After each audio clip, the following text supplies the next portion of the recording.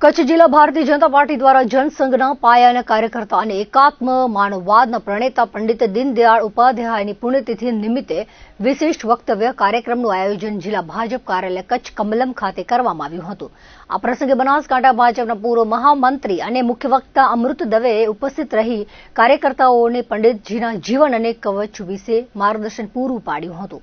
તેમણે જણાવ્યું હતું કે ભારતીય જનતા પાર્ટી પંડિત દીનદયાળ ઉપાધ્યાયની પુણ્યતિથિને સમર્પણ દિવસ તરીકે મનાવે છે। પંડિતજી એક ઋષિ તુલ્ય વ્યક્તિત્વ ધરાવતા હતા, જેમણે જનસંઘના નિર્માણમાં પાયાની અને અત્યંત મહત્વની ભૂમિકા ભજવી હતી। અમૃત દવેએ વધુમાં ઉમેર્યું હતું કે આજના દિવસે ભાજપના તમામ કાર્યકર્તાઓ પંડિત દીનદયાળજીના જીવનમાંથી પ્રેરણા મેળવે અને તેમનામાં સમર્પણનો ભાવ જાગૃત થાય તે અનિવાર્ય છે। પંડિતજી આપેલા પાયાના વિચારોને પાયાના સ્તરે અમલમાં મૂકી દેશ અને સમાજના ઉત્થાન માટે કાર્ય કરવું એ જ તેમને સાચી શ્રદ્ધાંજલિ છે। ખાસ કરીને પંડિતજીએ જે અંત્યોદયની વિભાવના આપી છે, જેમાં સમાજના છેવાડાના માનવી સુધી સુખાકારી પહોંચાડવાની વાત છે, તેના માટે કાર્યકર્તાઓ સંકલ્પબદ્ધ બની કાર્ય કરે તેવો અનુરોધ તેમણે કર્યો હતો। કચ્છ જિલ્લા ભાજપ કાર્યાલય ખાતે યોજાયેલા આ કાર્યક્રમમાં પંડિતજીના જીવન ચરિત્ર અને તેમના રાષ્ટ્રવાદી વિચારો પર ઊંડાણપૂર્વક ચર્ચા કરવામાં આવી હતી। આજે 11 ફેબ્રુઆરી એટલે જનસંઘના પાયાના કાર્યકર્તા, જનસંઘની અંદર જેમને મહત્વની ભૂમિકા ભજવી છે અને એકાત્મ માનવવાદના પ્રણેતા ઋષિતુલ્ય વ્યક્તિત્વ એવા પંડિત દીનદયાળજી ઉપાધ્યાયજીની પુણ્યતિથિ છે, જેને ભારતીય જનતા પાર્ટી સમર્પણ દિવસ તરીકે પણ મનાવે છે।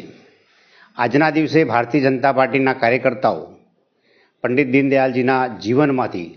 પ્રેરણા લઈ અને સમર્પણનો ભાવ એની અંદર બને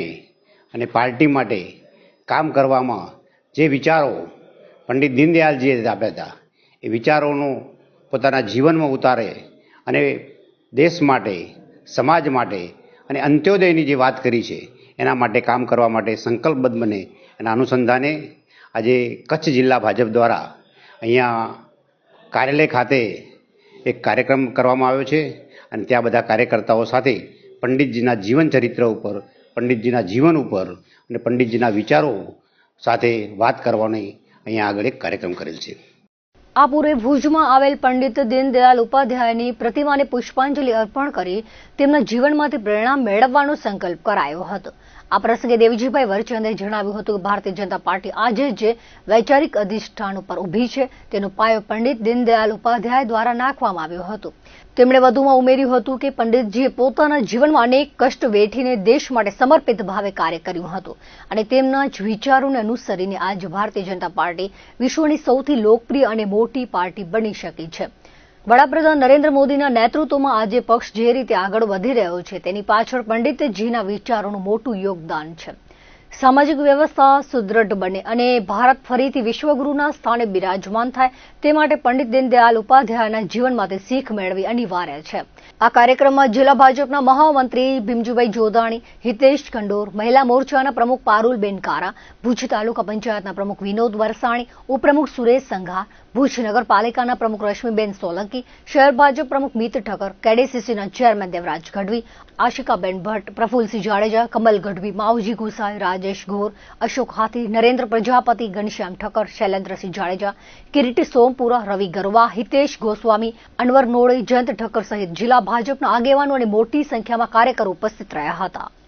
આજે ભારતીય જનતા પાર્ટીના સ્થાપકો પૈકીના એક એવા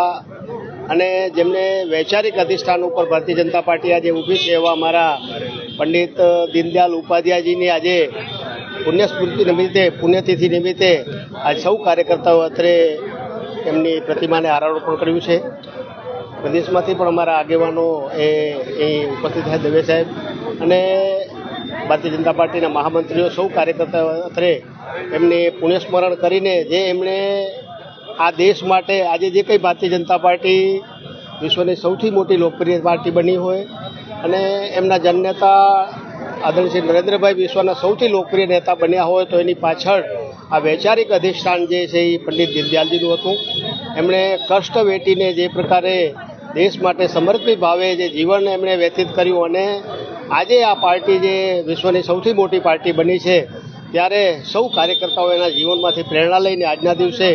એમણે જે પ્રકારે કામ કર્યું છે એ કામને લઈને